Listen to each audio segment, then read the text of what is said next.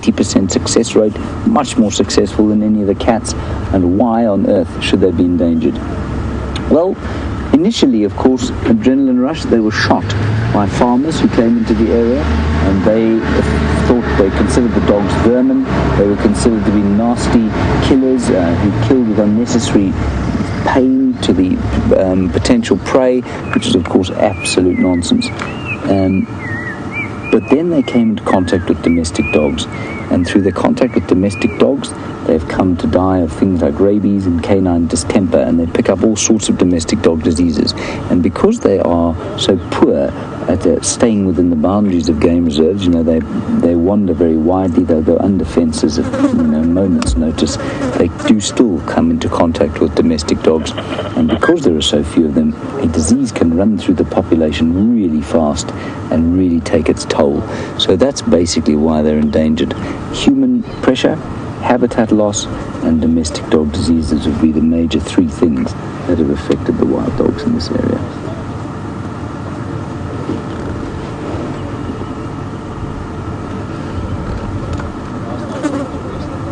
Alrighty everybody, I think we're going to call this quits. We've had a wonderful sighting of the dogs. There are other people trying to get into the sighting. I'm just not sure. And we obviously can't talk to the final control, so I'm just not sure. I don't want to overstay our welcome. I know there is someone else coming in. We're going to take a quick turn around where that other vehicle went to see if we can't see the others. And let's just pop around there and see now.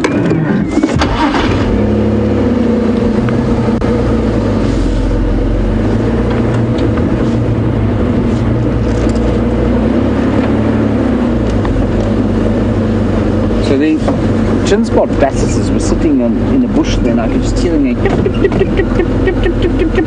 And if they see a predator, even if it's a predator, I mean, a chin spot basses for a wild dog would be nothing more than a very small snack. And I think what you'll find is that all the birds will alarm call just about all the predators, so it's quite interesting. And despite the fact that those basses, of course, pose no threat by the dogs at all. So we'll just have a quick look through here.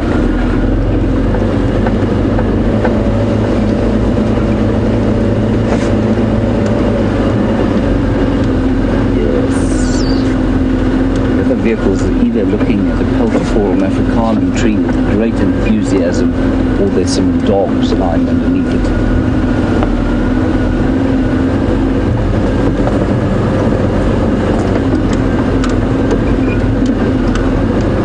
Trying to see the rest of them.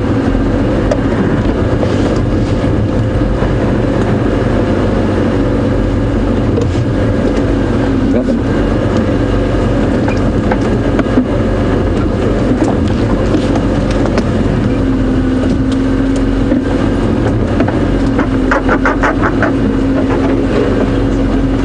See them? I can't see them.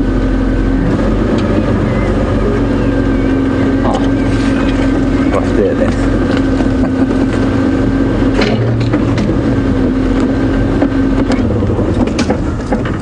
Ahe, minjan, umaku minjan, sunyanyan, metlari lengu. Oh, ikui. Okay, inkomu, luku wambona wambrungula food. Alright, so I was just asking them, did they find them using the birds, and they said absolutely. It was the call of the chin spot batters that attracted them. Here's the rest of the pack. I'm pleased to report the pack seems to be fully intact. So with that news, I think we're going to disappear from this area, head back towards Djuma, and see what we can find there. Itafamba. Itlekatita umala. Yeah. Oh, itajika so. Oh, okay. Okay, let's head across to Jamie, see what she's doing, and we'll get out of here and see if we can have some radio signal.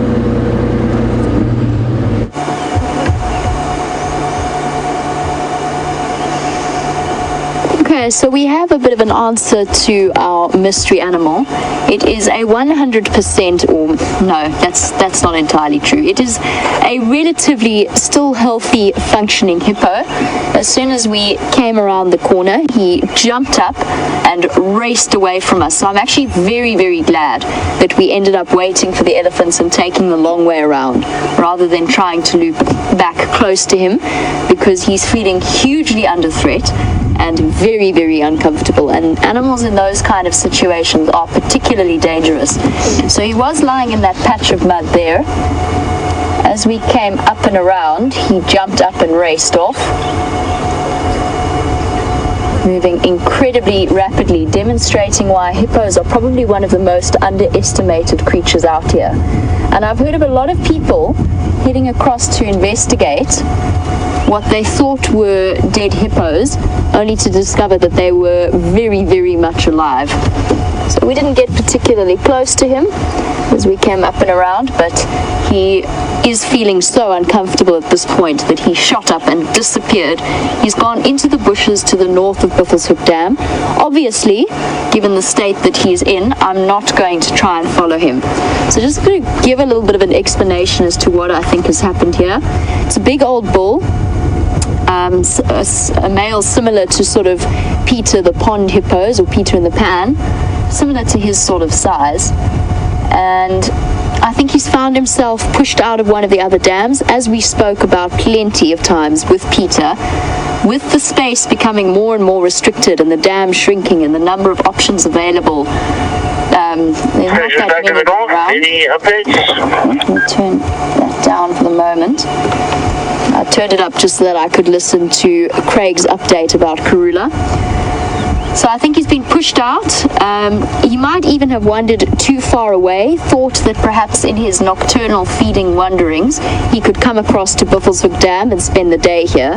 I don't think he was expecting to have found it as dry as it was, and it got to the point where the temperatures were incredibly high in the middle of the day, and he decided to go and utilize the mud as a way of keeping safe and relatively cool, not majorly, but at least protecting his incredibly sensitive skin. And hippos do have very, very sensitive skins. So I'm happy to report that he is healthy, he is mobile, he is very mobile. In fact, he moved incredibly quickly out of our vision and up across the drainage line. And I'm going to leave him. I'm not going to try and follow him or pressure him in any way. You'll probably find that he returns to this mud wallow for another hour. Oh no, actually it's nearly 6 o'clock. Might actually be time for him to start heading across to see if he can find an accepting dam and an accepting pod of hippos somewhere around here.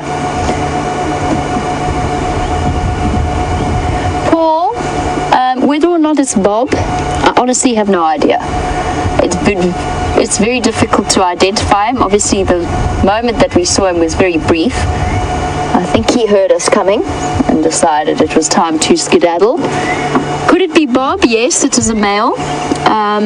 It's quite a large male, and from what we could see of Bob, or what we knew of Bob, he was quite a big, large male. I've sometimes had moments where I've wondered whether Peter the pan hippo is not Bob the bachelor, but that of course we'll never know. Very difficult to identify individual hippos unless you've really clearly got a distinguishing scar or some kind of injury that takes a long time to heal. Hippos actually heal incredibly rapidly and incredibly quickly, largely due to, or one of the reasons is due to that substance that they secrete. They secrete a sort of a red, oily substance that gave rise to that belief that they sweat blood. It's not blood. It is a really nice sunblock substance, but it's also got very powerful antimicrobial agents, so things like antibacterial, antiviral agents in it. It's something that scientists and biologists are actually looking at to explore as an option of imitating, in a way, of natural sunscreen. So imitating the compounds within the hippo. While I'm talking to you, I'm scouring the place to try and see if I can see him, but I don't. I think he's moved off, and I think that we should too. I think that we should leave him with the option open to return back to his pan, his mud.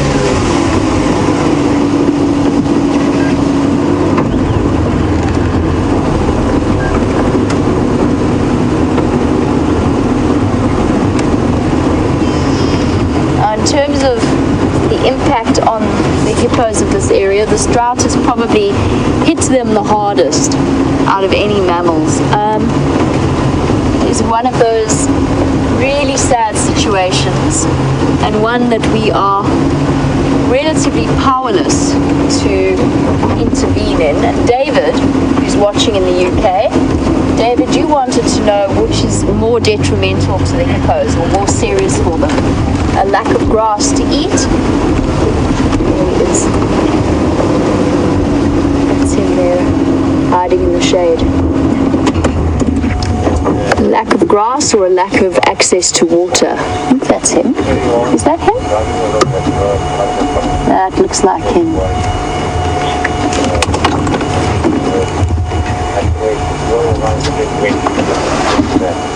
David, far and away, the most serious for hippos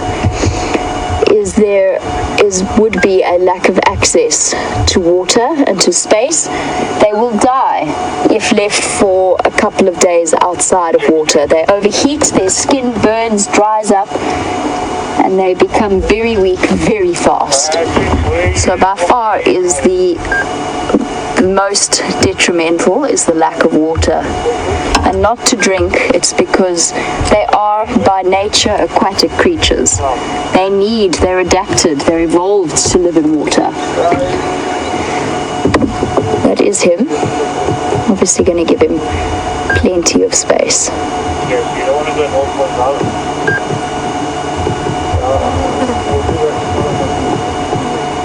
Sure. One of those very, very tough moments to see, and I know difficult for all of us, but I'm not saying that this hippo is going to die. I think that this hippo, judging by the speed it moved out of the mud, he is alive, well, and kicking. And I think he'll be okay. I think he's going to try and find his way back to another dam. There's a nice big dam around Torchwood. There's a couple of nice big remaining dams around Buffelshoek. Yes, there we go. You can see him nicely now. And he's now just, looks like he's just grazing. A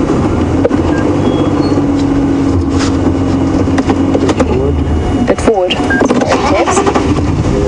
Forward a bit. You good?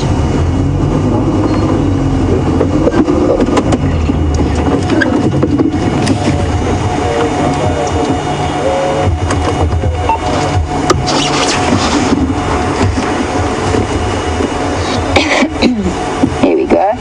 We've got a slightly clearer view.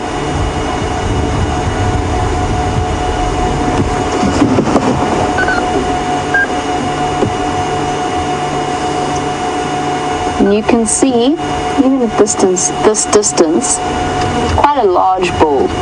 So yes, I think there is a possibility that it was Bob, who actually always was a little bit uncomfortable with people coming around, and particularly when there's absolutely no water. At the moment, he looks like he's grazing. Although he's going to struggle to find nutritious grass on that side.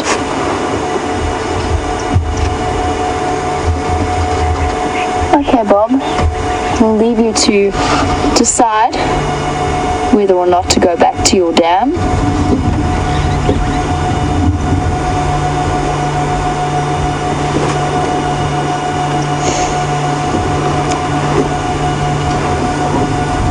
And a hippo like this would be exceptionally dangerous to encounter on foot.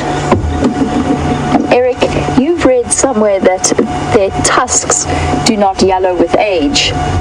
I think that's fairly true. In my experience, I've never seen a hippo with particularly yellow tusks. I guess it makes sense because they're quite well protected within their mouths, unlike elephants, which are exposed. And for those of you who are unfamiliar with hippo anatomy, the reason, or one of the reasons, apart from the fact that it weighs 2 tons and can cover 15 meters in 1 second, apart from that, the reason why they are so dangerous is they've got ivory tusks within their mouths two sets, one pointing straight up, one pointing downwards, and the males use those as very effective weapons. The females as well can use them to protect themselves, and they are considered to be ivory, so the same substance that elephant tusks are made of, but obviously sit within the hippo mouth itself and used purely as spears for stabbing, particularly between other males. Now, I can't see any evidence of injuries on this particular hippo.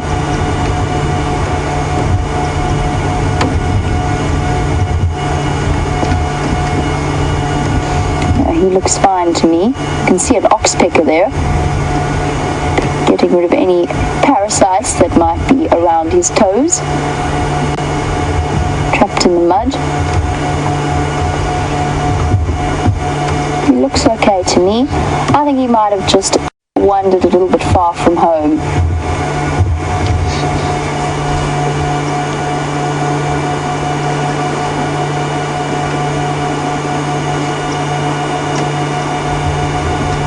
Alright, hippo, we'll leave you be. Let you go about your evening business. Let's go follow up on those reports that Karula came wandering into Djuma. Apparently she came moving through the Mulwati at some point after drive this morning.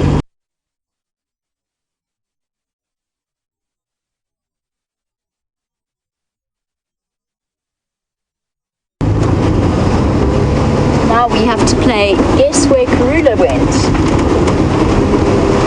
She's one of the most unpredictable cats out here. I think if I were her, given the temperature that the day has been, I think I'd stick around the Mulwati.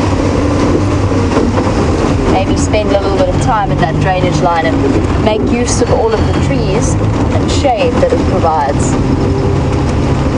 It might be worth a trip around.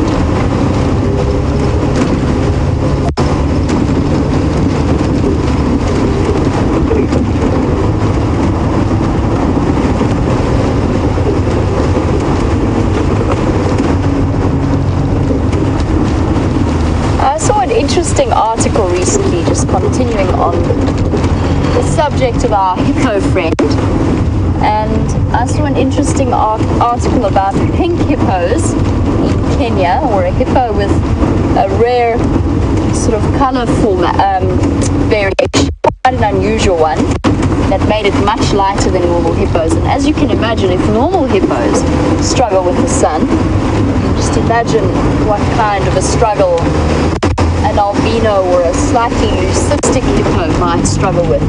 David, you were wondering whether any of the guides have ever seen albino animals. I can only speak for myself and say that only pictures of them. I have seen white lions before, but that's not true albinism. That is an example of leucism. So they don't lack complete pigment. That's why their eyes are not red, they're blue. So I've never seen any example other than, or any kind of variation apart from that. And I've seen king cheetahs as well, but beyond that I've never seen any wild form, or eddies, of an albino animal, or indeed a melanistic animal. There's something that always fascinates people, but of course albinism in particular out here is incredibly rare. It does happen, but it is very, very rare. First of all, it's a recessive gene, so you need two carriers from the parents. After that, it's also the fact that if you are an albino animal out here, you are going to find yourself, first of all, the target of predators, because white shows up incredibly clearly in the bush, and also the fact that the sun is going to do tremendous damage to your skin. Eddie's moving into Booker's hooks, don't need to worry. So David, no, not personally. I have yet to have been fortunate enough to encounter an example of albinism or melanism in the wild. The closest I have come has been white lions.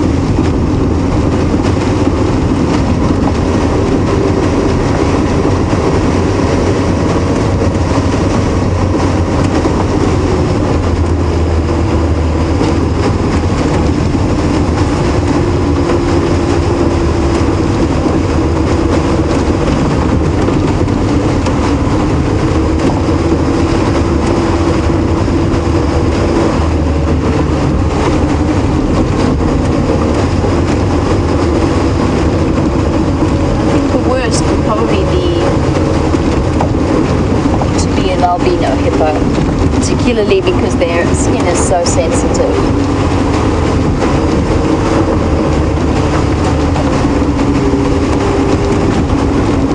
I've got some wonderful news.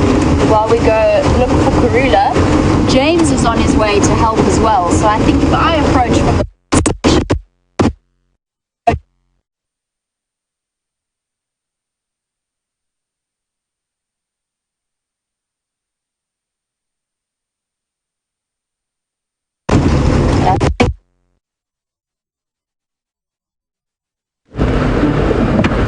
Well, from one endangered mammal, everybody, to an endangered bird, a ground hornbill. And we've been seeing a flock of them, flock of 3. Then we saw a flock of 4 the other day, and this seems to be a flock of 1. But it may well be that there are others.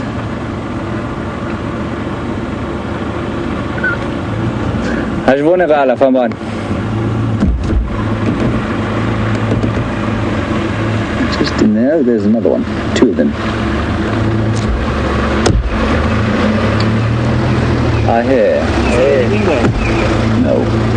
I've got no school. Alright.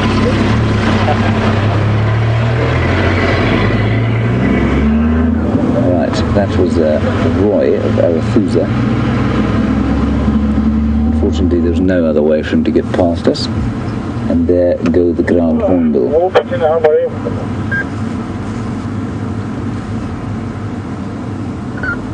was a nice sighting. Nice little surprise. Right, our plan now is to go towards the Morawati drainage line, which is the one just over the next rise there. And that's where Karula was seen coming north this morning. Now, like I say, I find this is an astonishingly confusing situation because we had female leopard tracks around about the final control. We had the squirrels alarm calling, we had Nyala alarm calling, we had everything alarm calling. We didn't find the leopard, of course. Who's that?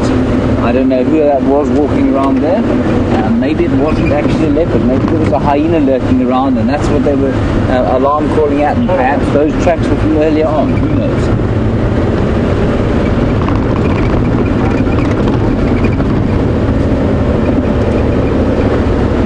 Anyway, we're out of Arathusa and back on Djuma.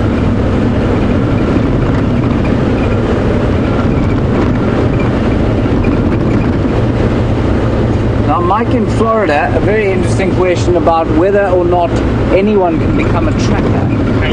Mike, it depends what you mean by a tracker. So, basically, you've got a situation where at most of these lodges you've got a ranger or guide. Excuse the corrugations, please. You've got a ranger or guide who basically is doing what I'm doing, and then you have a tracker who sits on the front of the vehicle who tracks animals.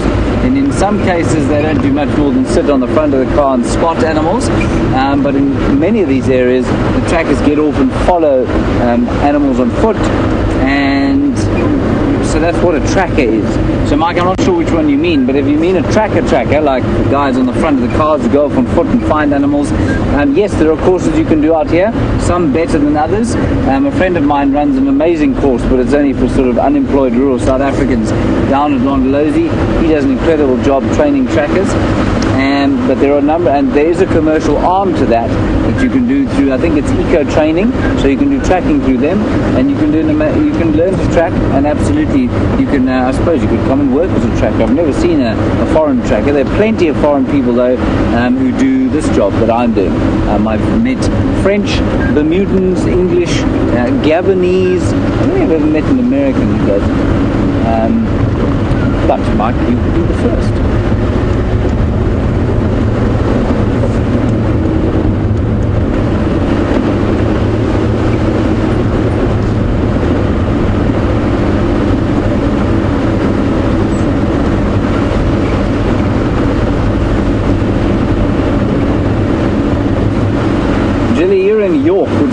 Gilly in the UK in York, I'm assuming. You want to know, you say you realise there's a positive effect on the local people by tourists coming here and providing jobs, and you want to know, are there any negative aspects to the people and parks nexus, if you like, where, you know, people and parks intersect? Gilly, it's a controversial subject that I don't want to get particularly too in depth into. Safe to say that obviously conservation areas throughout the world are conflicted areas in some respects. So the initial kind of idea behind these areas was sort of fortresses and fences. So you put a big fence around an area, you throw the people that were living there out, and then you police them, guard them. And then after that it came to the sort of much more liberal, if you like, community-based natural resource management and community-based conservation and community participatory conservation, where communities were included in the management of their old areas and they were sort of given benefits from them. Then, as that kind of approach failed to deliver the results that everybody hoped, and the wilderness areas continued to shrink and shrink and shrink, and species became more and more endangered, and populations became larger and larger. There was a kind of a movement towards a return to the fortress method, where we decided as human beings, well, I mean, there was a school of thought where it was decided that because of the threat to wilderness areas and to wildlife and to species and biodiversity, we have to have areas that we can simply shut off from human access and say no one may go there, and that's just the way it is. In this area, we're still muddling through the CBNRM, or community-based natural resource management kind of space. I think it's the most difficult, but it's definitely the route that it has to go. We have to include local people on the outside of the reserves.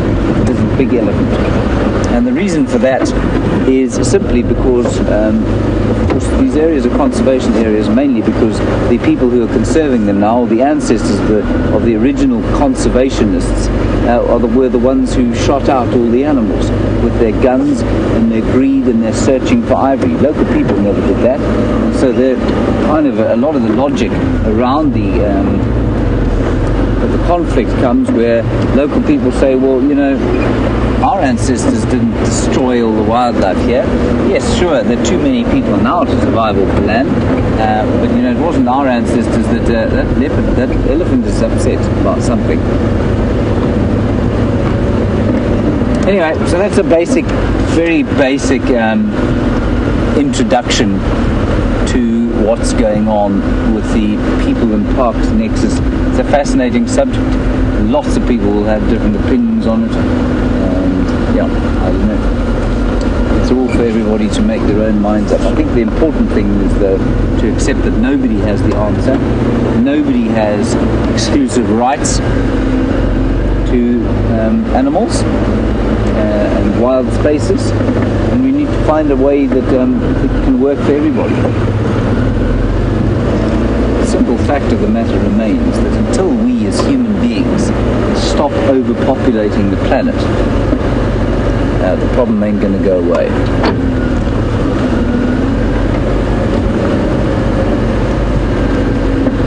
And the other thing is that people out here, of course, there's this elephant, he doesn't look very happy about life. He's a young bull. The other thing about these areas, of course, is that local people, if given the choice, don't want to come and hunt animals in the dangerous game area. They'd far rather do exactly what you and I do, and that's go to the shops and have the ability to buy their veggies, or you might happily grow their veggies, but buy a loaf of bread, buy some milk, and they don't want to come in here and hunt impala on a daily basis. It's dangerous, it's hot, and it's not particularly efficient.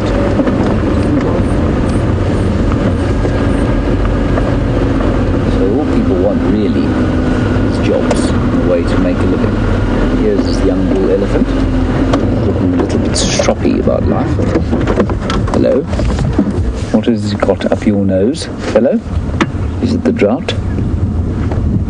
You can see something's got up his nose by the fact that he is streaming from his temporal gland, which is between his eye and his ear.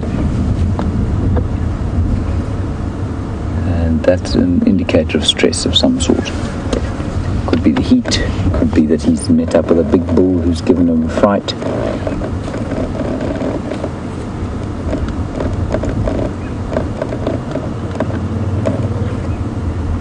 hear him talking. I don't know if you can hear him. He's making a lovely noise.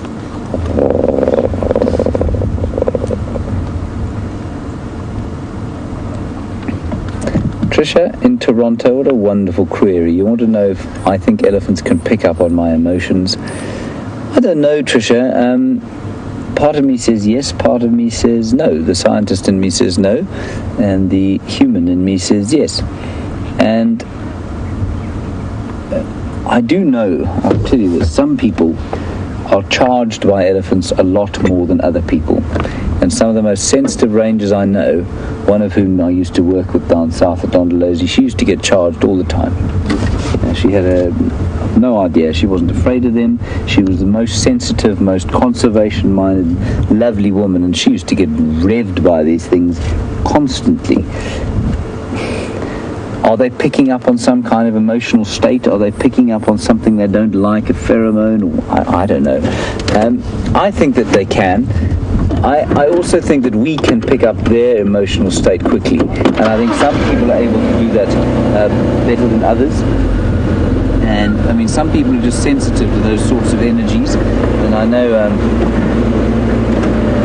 I think in some respects you can drive into a herd of elephants, you don't watch any body language, and there's something about them that says, stay away from me, please. And if you are sensitive to that sort of thing, I think you'll definitely pick up on it.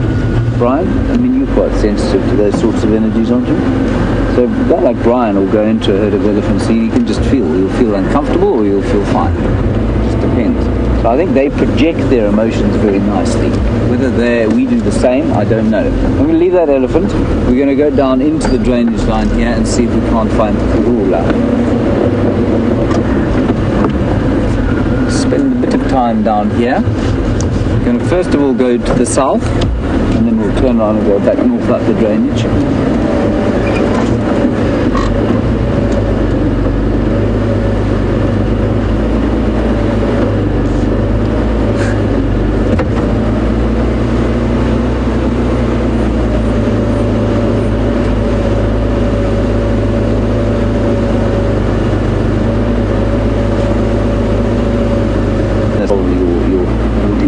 Personality, and you want to know about snakes and why we don't see more of them here.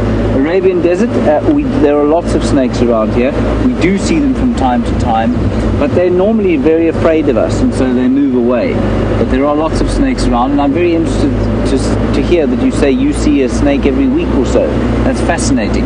I'd love to know what kind of snakes you're seeing and what species they are, and in what sort of habitat they live. That would be great. So let us know. And thank you for getting hold of us. Keep talking to us. Good to hear from you, all the way from Afghanistan.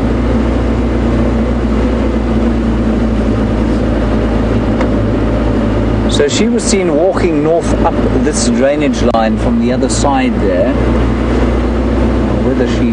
How far up she went, where she went after that, well, that does tend to be anyone's guess these days with the spirit leopard that is Kurula.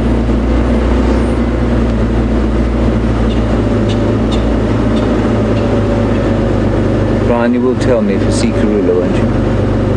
Well, I think so. Thanks. Okay, that would be very kind.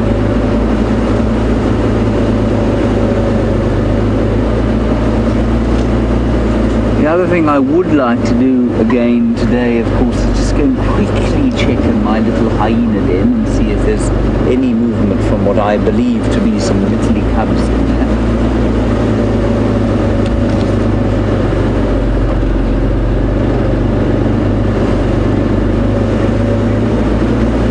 Right, let's head across to Jamie. She is on some wildebeest, well, not on them, she's looking at them. Let's head across to her while I continue the search for the Queen of Djuma.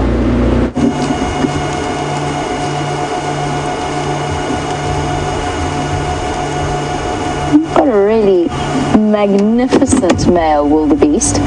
Unfortunately, on the move, very much on the move. I'm going to try and stay with him. Tibbs is doing a fantastic job of contorting himself to stay on the seat whilst turning backwards. He's trying to reverse in a straight line or not straight line, depending on where the road is. Let's see if we can catch up with him. He is really a magnificent male. Nope. Nope. This is not going to work. He's just going to keep moving. Okie dokie. Well, we shall leave him to his own devices then. He was a magnificent male. And of course, quite common to see males out on their own, defending territories as opposed to the zebra's approach of defending a herd and moving about with his own harem. Wildebeest defend nice territories. They look for the best possible food, the best possible access to water, and then they wait for the ladies to come to them. Two completely different approaches from plains game that fill essentially the same ecological niche, but interesting to see the difference between them. Come through to Vubu Road. We know that Karula loves this particular block, so I wanted to approach from as far north as possible. Just double check around here first. Even though today was 40 degrees in the shade, I still think there's a distinct possibility that she was moving in the middle of the day. Leopards are hugely unpredictable in that sense. They move when the textbooks say they shouldn't be, they should be sleeping. And they don't really stay, particularly Karula. I've noticed, although she might lie down for brief periods, she does not stay flat cat for long at all. Which is why I'm making sure I check as far north as possible first.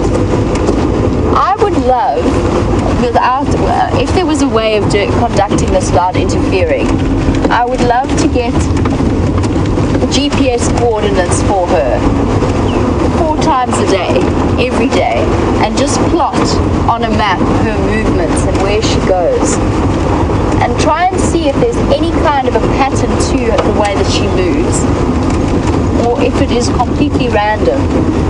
Obviously when she's hunting it can be all over the place. I'd love to know, I would love to know for all leopards if they have specific paths that they walk in a specific order.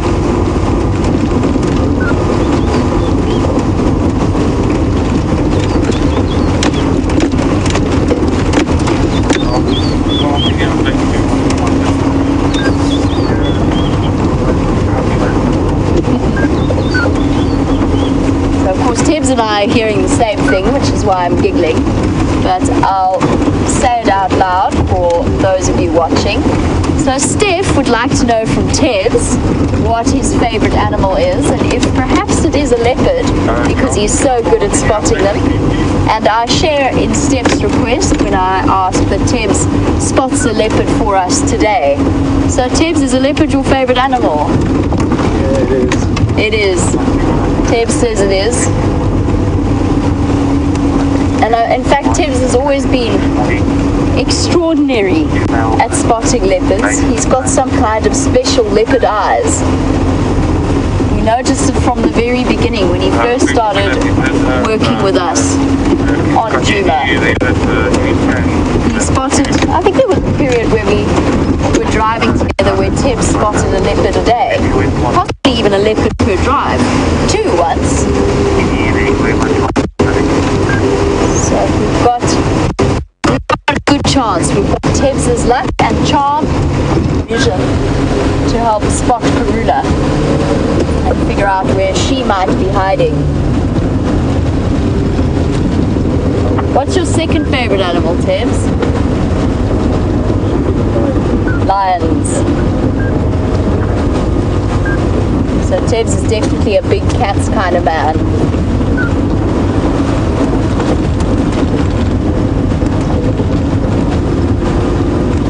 I struggle.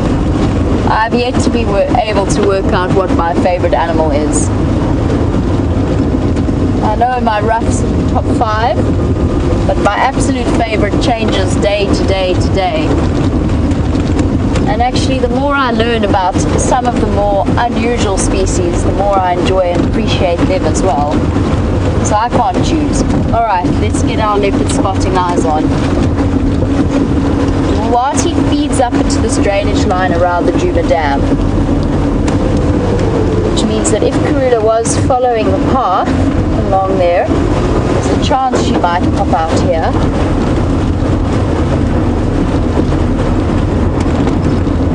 And as I said, there is a good chance that she was moving throughout the day. She does not a cat that likes to sit idle. And actually a smart leopard, particularly a small female that's in less danger of overheating, a smart leopard might well utilize the middle of the day. It's when the animals probably are least on their guard because they don't really expect much to be moving around. And a lot of them spend that hottest middle part of the day sleeping in the shade. As we've seen, for example, yesterday with that impala herd with all of the babies sleeping around there. That's not to say that they are not alert. Their senses are always pretty sensitive. But you never know exactly when the best time. I think it's a good time for a leopard to be hunting. And if a little female like Karula probably isn't in enormous danger of overheating. Big cats, big male lions, big female lions really struggle to move about in the middle of the day. You can almost guarantee that they're going to spend 20 to 22 hours out of their day fast asleep,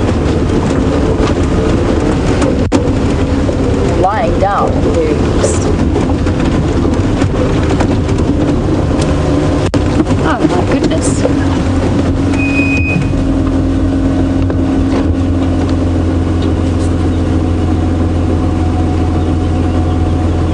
I know this gentleman. I know this gentleman very well. You'll have to take my word for it when I say that we're going to leave him. I found him to be exceptionally unpredictable yesterday.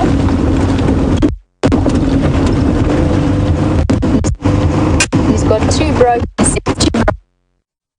tusks and a rather grumpy. And as I said earlier, Liam and myself had a moment with him yesterday.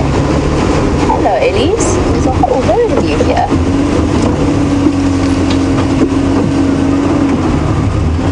Not avoiding all Ellies, I'm just avoiding that particular bull in question. He's been exceptionally grumpy.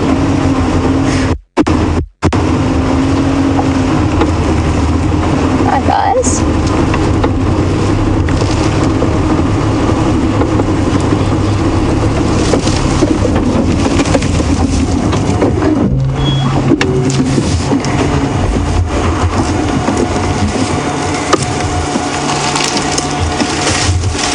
Hello, little one. You're missing a tusk. What did you do to get rid of your tusk like that?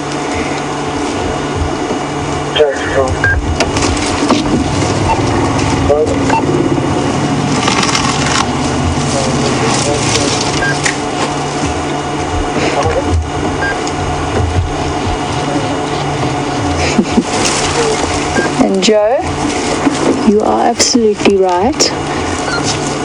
This drought, apart from putting quite serious stress on the animals, my word, his eyelashes are caked in mud. This is the herd that obviously was wallowing with James at the start of drive this afternoon in Djuma. But yes, Joe, it is. I mean, I would say that we're always very much on high alert and really concentrating on what we're doing.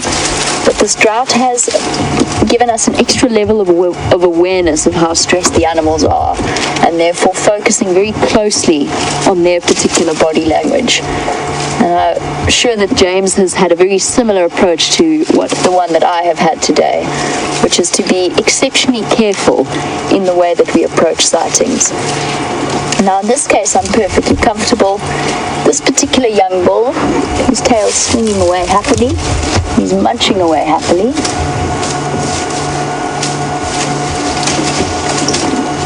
He's quite chuffed with life.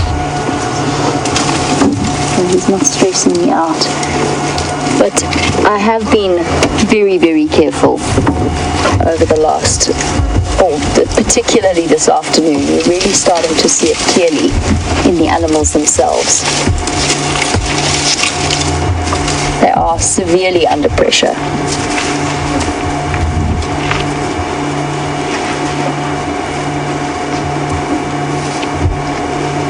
She's got a droopy ear, that female on the left, ever so slightly. Her right ear has got, I think, what looks like just ever so slightly damaged cartilage. It's her right ear, not her left, but unfortunately she turned her head away now. But she does have a bit of a droop to her ear. And as I said, this looks to me like the herd that James had earlier.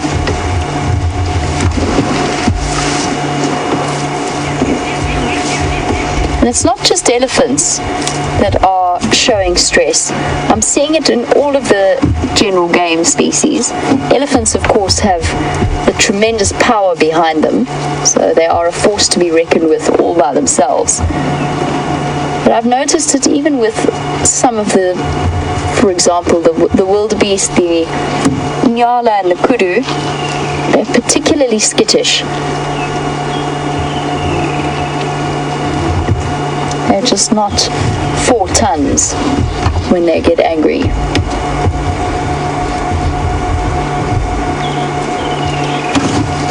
There you go. Here's the little one coming from the left. Now that one male that we saw when we first approached has a tusk missing that's been broken off. He's busy feeding, and so unfortunately not presenting us with a very good view. And Caleb, you were wondering whether or not tusks will ever grow back, and the answer is no. Once they're broken like that, they might grow in a sort of a stunted way, but very often I've noticed when they are broken off completely, they never ever grow back. The nerves around them have been damaged. But of course, tusks grow throughout their lives, so if it's just broken halfway, then yes, they will grow. It's where they're broken off completely and where the nerve and the root of the tusk itself has been damaged that they stop to grow, or they stop growing. But that's a tricky one because that doesn't always work that way. An elephant might have broken its tusk halfway down, but a crack might extend into the root of the tooth itself because, of course, tusks are teeth. So if that does happen, if that crack extends in and some kind of bacterial infection gets in there, it could actually, in the end, prevent the tusk from growing, as well as being exceptionally painful for the elephant concerned. It's like having constant toothache, but in a huge tooth next to your face, and a tooth that weighs quite a bit. And probably every time they swing their trunk, it hurts. So an ellie with a sore tusk is definitely an upset elephant. Definitely a grumpy one.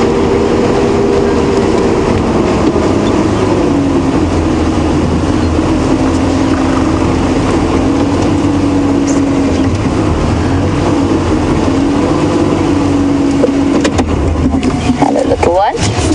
You pop out in front of us. Only just starting to grow his little tusks.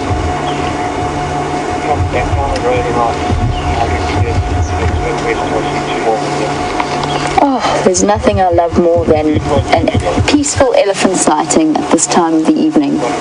They really do sort of transmit such a sense of peace. There's another animal that I also think is incredibly peaceful looking, and that is a kudu, and James has one to show you now.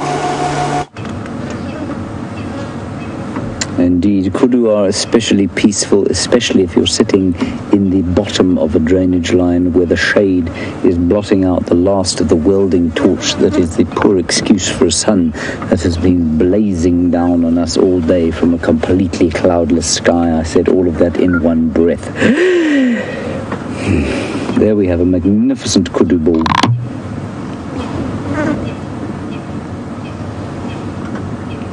He's got he's very widely spread horns, and his companion further in the bushes there has got fairly close together horns. I don't think that makes any real difference to their lives.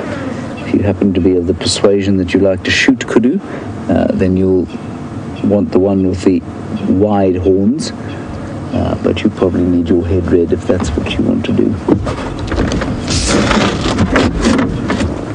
Lovely, 2 bulls, and you age them, of course, by the twists in the horns. 1 complete twist every 2 years. You get 1, 2, I'd say he's about 5 or 6 years old. That's a big mature bull. He's eating a bit of...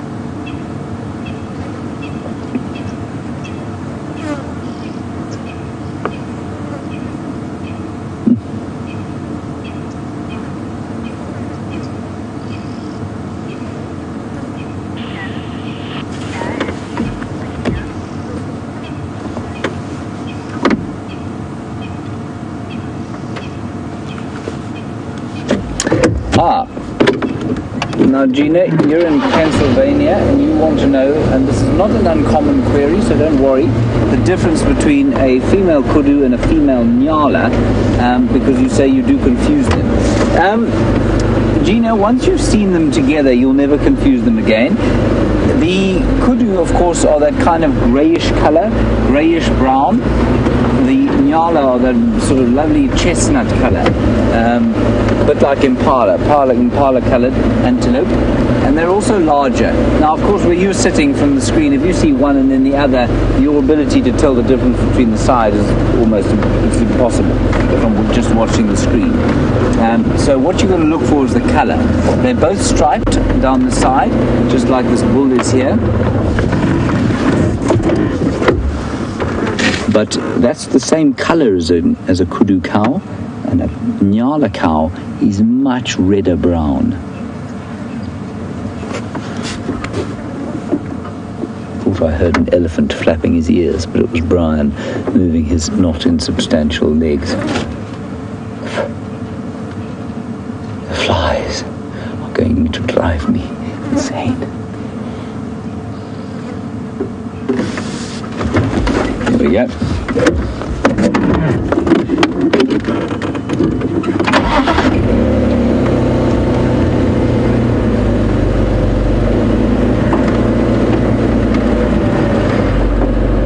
Thank you, Arabian Desert. You've sent through a comment. I asked you what kind of snakes you get there, and you said something called a buffalo snake, I think. A buffalo snake and a viper's cross. And a viper's cross, is that correct, Kirsten?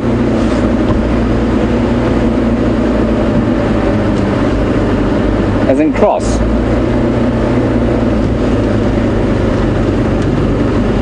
K-R-A-T-S, krats, viper's krats. I don't know what those are, sound like fascinating snakes, but viper, if it's a viper, it will be something like a puff adder, which we get out here. They're quite common snakes here. They've got a triangular shaped head, very pretty markings on the backs, sort of diamond shaped markings, a little bit like a rattlesnake in the US.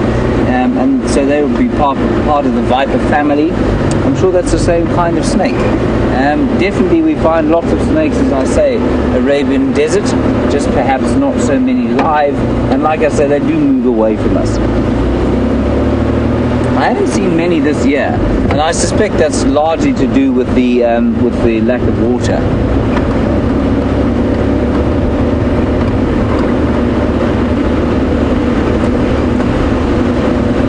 So, Lynn, you're asking why I left the dogs. Lynn, I left the dogs because there were lots of people around that wanted to go and see them. And of course, because they're on Arathusa, we absolutely don't have priority. And there are lots and lots of different game drives driving around there. And so we had our sort of 20 minutes, and then we had to pull out. So that's why we left them, I'm afraid. It's perfectly normal. It's exactly what happens when you've got lots of people around. And if they happen to be moving when you find them, well, then you're very lucky. Djuma has a slightly lower density of vehicles on it, and so we do tend to be able to spend quite a lot longer with animals here.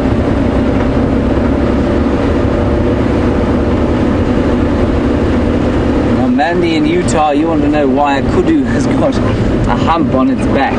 Apparently there is some fat stored there, so they will store a bit of fat to see them through tough times in the hump. I don't think there's a huge amount stored there. That's the same as in an eland, which is the largest member of the tragelaphid family. That's the spiral horned antelope, and eland is about 750 kilos, a huge thing. You don't find them here, but they've got a big hump and they store a little bit of fat in there. So I think that's the main reason. I also think it's just the top of the shoulders, like a wither.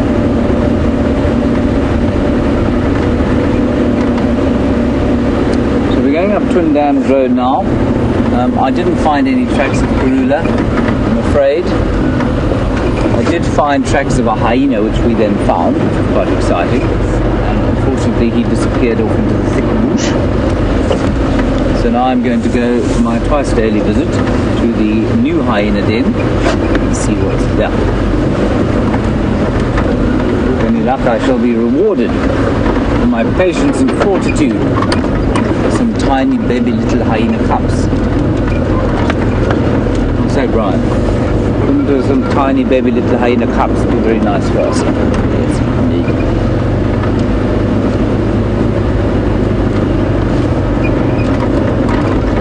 The sun has mercifully gone behind the bushes. Hopefully it will set. Couldn't set fast enough today. Greatly hot. You can see the line of sweat on my cap. Very distasteful. Not my fault.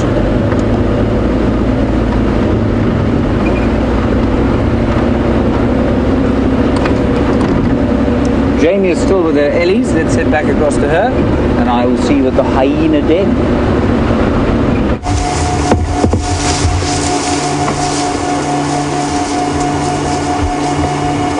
Still with our really stunning elephant herd. And we've had some really special, peaceful moments. This female's been talking to the rest of the herd. I'm not sure because she's been left behind.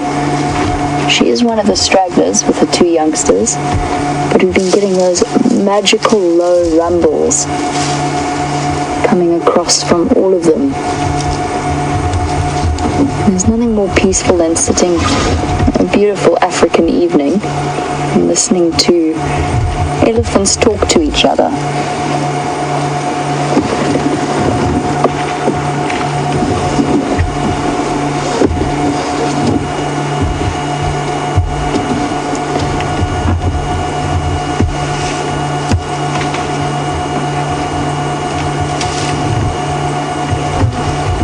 My plan was to travel down the Mulwati from the northern section. Rumbling happening again. And that hasn't quite worked out the way that I planned. Everywhere we turned, we encountered an elephant roadblock today. I'm definitely not complaining though. Chatting a bit about our favorite animals, they're definitely on the top 5 list for me.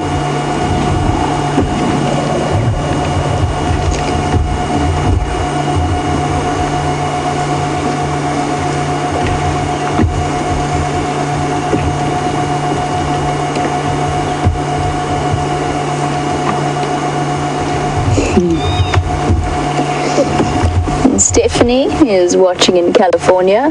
You are absolutely right. You know that you are incredibly fortunate when you are close enough to a magnificent elephant to see the mud on its eyelashes, as we did with that young male. They just give you such a sense of well-being and comfort. Just checking behind me to make sure there's no elephants that I'm going to startle by moving forward. But absolutely, force is the wrong word, but I always take a moment every day, whether it's to watch the sunset or just to remind myself of how incredibly fortunate we are to be in the position that we are at the moment, and to spend time with all of these magical creatures around here. We are so lucky to be able to, the joys of these live safaris is the fact that we're not under any kind of pressure to move from sighting to sighting. We have spent so much time with certain individuals that we've got to know them to an extent. She's rumbling again. I'd love to know what she's saying.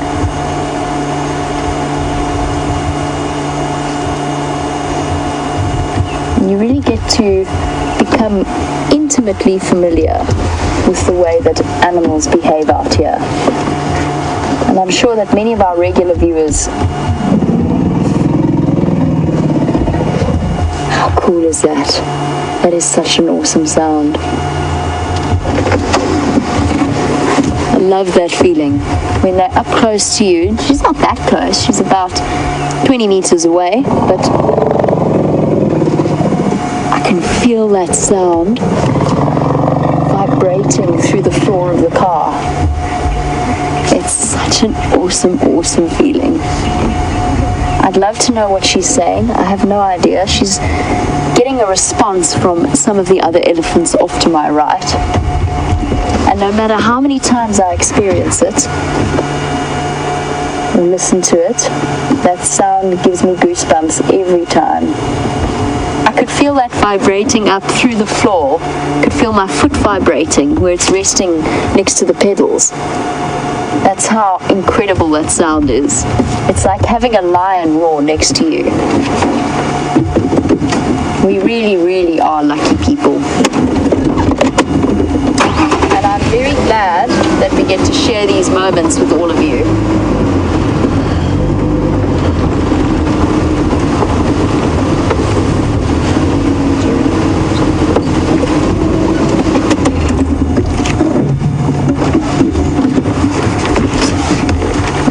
Beautiful. Tibbs has used his wonderful spotting eyes to get us a really, really beautiful view of the sunset this evening.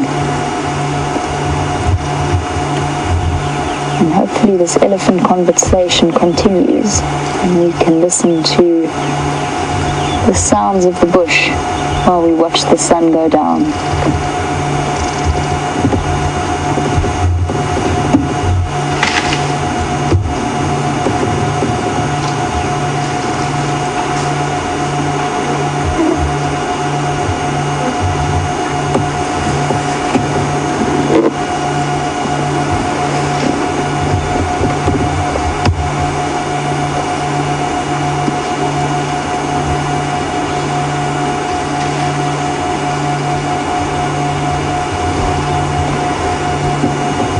Just like that, it's gone.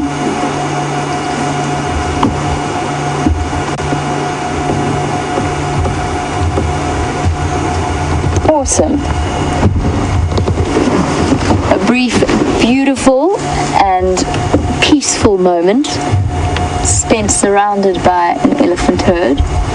We've still got a little bit of a view of our eddies here and tusks. Whether it would be possible for an elephant to be born with only one tusk. I don't see why not. Don't see that there's any reason. Look right into its pink little mouth. There's no reason why there wouldn't be elephants that are born with some kind of defect and that only one tusk grows. I think in much the same way that sometimes elephants are born completely without tusks. She's rumbling again. Hey, gorgeous girl. What are you saying? Have you been trying to avoid that big male all day? I think possibly you have. Now, the most common way for an elephant to break tusks. Sure. She's unsettled about something. I can hear the rumbling off to my right as well. I'm not sure exactly what it is they're saying. She doesn't seem terribly stressed out by her body language. But she is definitely communicating something to the rest of the herd. terms of the most common ways, Lenny, that elephants will lose tusks, it'll be in a fight with another elephant, particularly bulls. They might also, as I said, have some kind of a crack, something that's been a defect within the tusk itself from the moment it started growing, and at which point, if they use it for digging or something along those lines, it might snap off naturally. It's quite unusual though. Now, the elephant bull that I drove past to avoid has been following this herd the entire time. He had 2 broken tusks. He's only got stumps left at the base of each tusk. And I have no idea what caused them, and I have no idea if it's connected to the mood that he was in yesterday. They're not fresh breaks, they're old breaks. But it could well have been that's something that he lost in a fight. And it might even be that he feels a little bit more vulnerable without them. Sorry, if you keep seeing me glance backwards, it's not because I'm nervous. I'm just keeping an eye on the elephant that moved up behind us. You've always got to have eyes in the back of your head when you're watching an elephant herd, particularly when you're surrounded by them. She's also got a floppy ear, this one that's coming up to our left. Oh no, it's not that floppy. Must have just been the way she was holding it.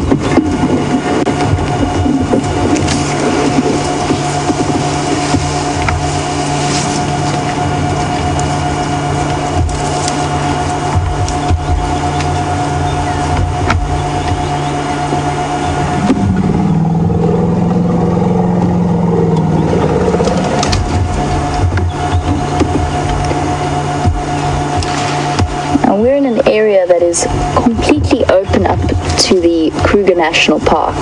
And Gert has got an interesting point. He said it sometimes looks as though elephants within...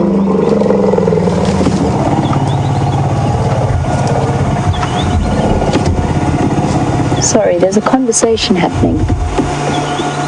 I don't know what it means. I think they've been fairly unimpressed with that presence of the male. So Gert, you were saying it sometimes seems as though, as our male without the tusk wanders into shot, that private reserve elephants seem more relaxed than Kruger elephants, and you were wondering whether that has to do with bad behavior of tourists. And the answer, Gert, is yes, I actually agree with you. My experience has been quite similar. Generally, the thing about Kruger is that it is open to all members of the public, and people don't necessarily know how to handle elephants or the most appropriate ways of being around them. And quite often there have been historical cases of people really invading an elephant's personal space without necessarily meaning to. I don't think there's much maliciousness that goes on in that sense. It's just a sense of complete ignorance and people not realizing the impact that they have on an elephant's life, particularly when they come into its home. So yes, generally I have found elephants in Kruger to be slightly less relaxed than those of private reserves. There's also historic reasons behind it as well. And some of the elephants of the Kruger National Park have been deeply traumatized by events in their past. And some of these ellies will be old enough to remember the days of culling, where culling was a population control method. So they will be traumatized by that, and that might also play a role in the way in which they behave and the way in which they respond to people. But elephants are bright, so the more we treat them with respect, the more they relax and settle down amongst people. They are able to learn what your intentions are and associate them with the way that you behave. And with equal respect, I'm sure James is now at the wonderful home of the spotted hyena. Here we go. She's linking now. Right, everybody. We've come to my little hyena den, or I call it my hyena den. I just really like being here, and there's some interesting stuff going on. I think, if I'm not mistaken, I'm going to ask our resident hyena expert. This hyena here is the one they call Ntombela, if I'm not mistaken, maybe a little bit old, possibly the one born last year around February. So that's what I think that is. And then we've got two more adults here, the usual suspects. We'll show you just now.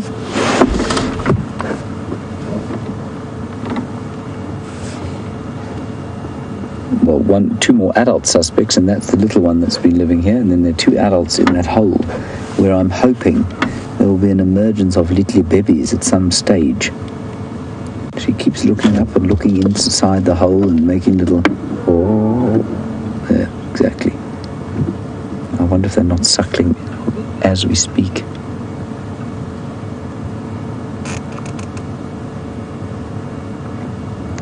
But I cannot get any closer than this, I'm afraid. There's definitely something going on in that hole. If I'm not mistaken, our resident hyena expert reckons that those notched ears are indicative of Ntombela's mother. And so that might be who that is. You can see she's got notched ears on both sides. That presumably is the mother of this other little one here. But who knows? I'm guessing wildly here. I'm really just hoping one day when I arrive here, there's going to be a little black head just stuck out of the den to say hello to us. I think that will happen eventually. Just need to be patient. I just hope it happens before I go on leave, which will be on Saturday.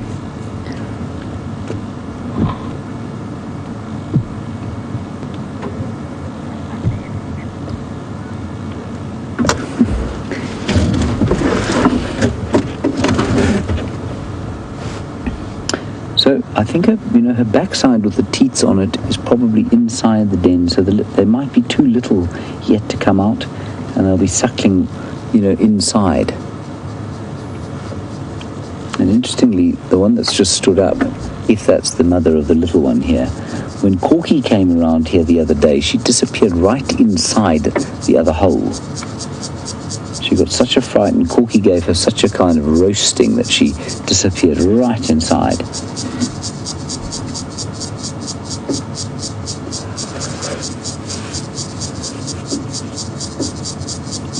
The cicadas seem to be in full cry now.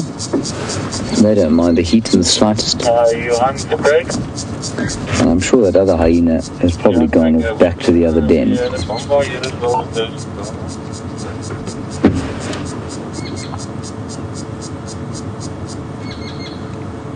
But again, everything is at peace, and when those cicadas stop, there's very little sound at all. It's almost eerie. I find it absolutely astounding. I've never heard the bush this quiet.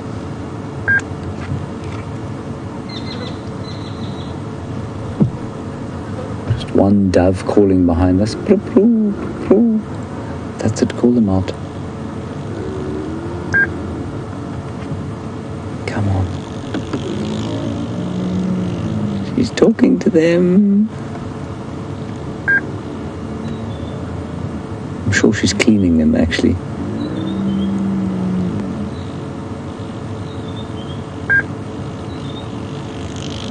Oh, this is so frustrating. Come on, bring them out. That's it. That's it. Yes, yes, yes, yes, yes, come on.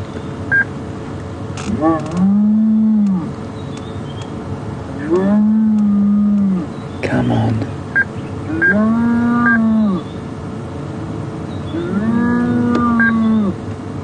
It's just a greeting ceremony going on there. Come on.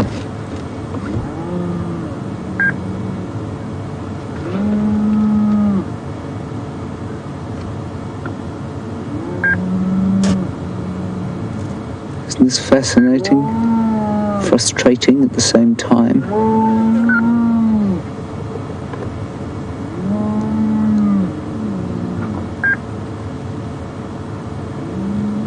Hyenas, as we know, she's just laying down there now. That one is now anal pasting. She's just laying down to suckle them again inside the den.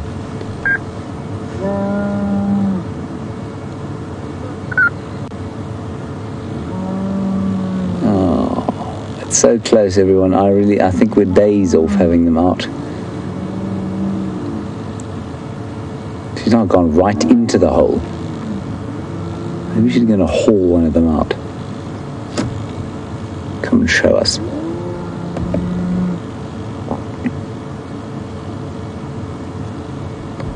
Wish I knew what they were saying to each other.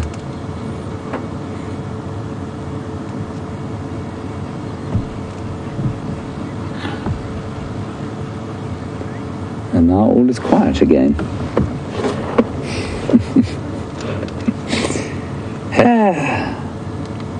How very frustrating.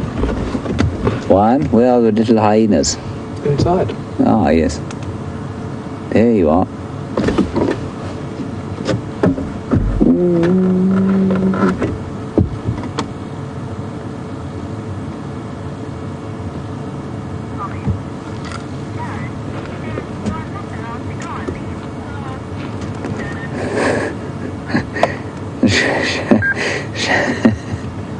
Shannon, you say I'm not allowed to go on leave.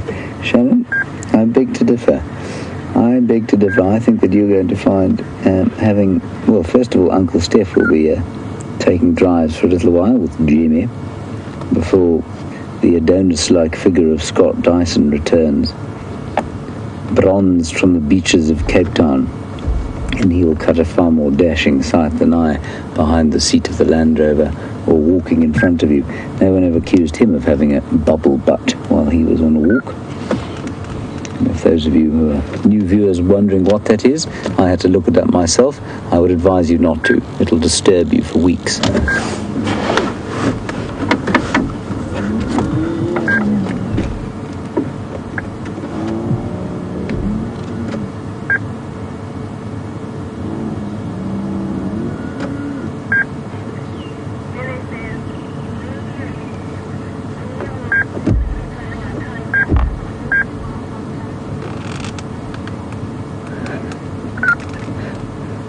Gillian, Wisconsin. You want to know when I leave and when I'm coming back. I'm leaving on Saturday at 0500, so I won't be driving Saturday morning, and I think I'm back around the 28th or 29th. I'm not sure exactly.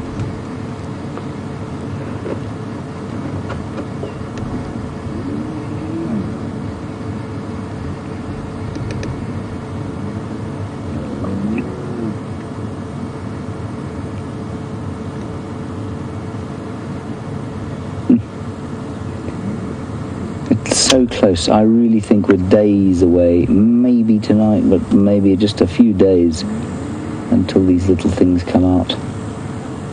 I will be so excited. I might whoop for joy, which will of course send them scuttling back in for a couple of weeks. Brian, if I look like I'm about to whoop, just hit me on the back of the head.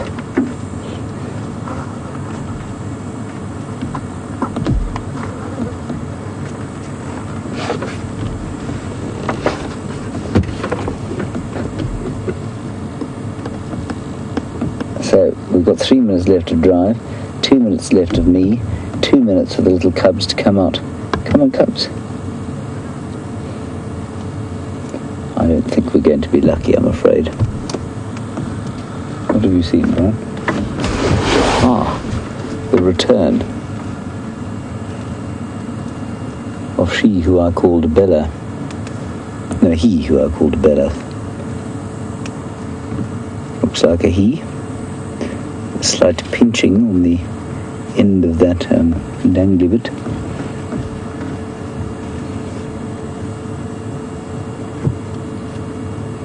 Very lovely hyena, that one. I must say they don't age. They don't age particularly well, these hyenas. They're very gorgeous when they're little, but by the time they get to the age of Corky, they tend to look slightly more, well, weathered. Alright everyone, that's it from me today. We're going to head back home to quench our thirst and put our weary heads to a pillow, perhaps have some bread and water for supper, maybe if we're lucky a bit of cheese. Big thank you to Brian. There we go, thank you Brian. Thank you, That's a very beautiful thumb you have today. It's very green, unlike the bush out here. Tropical thumb. Well done. Big thank you to Kirsty and Geraldine in the final control, and we'll hand you over to Jimmy and Tibbs for the last minute. Bye-bye, and see you tomorrow at 0500 in the dawn. See you then.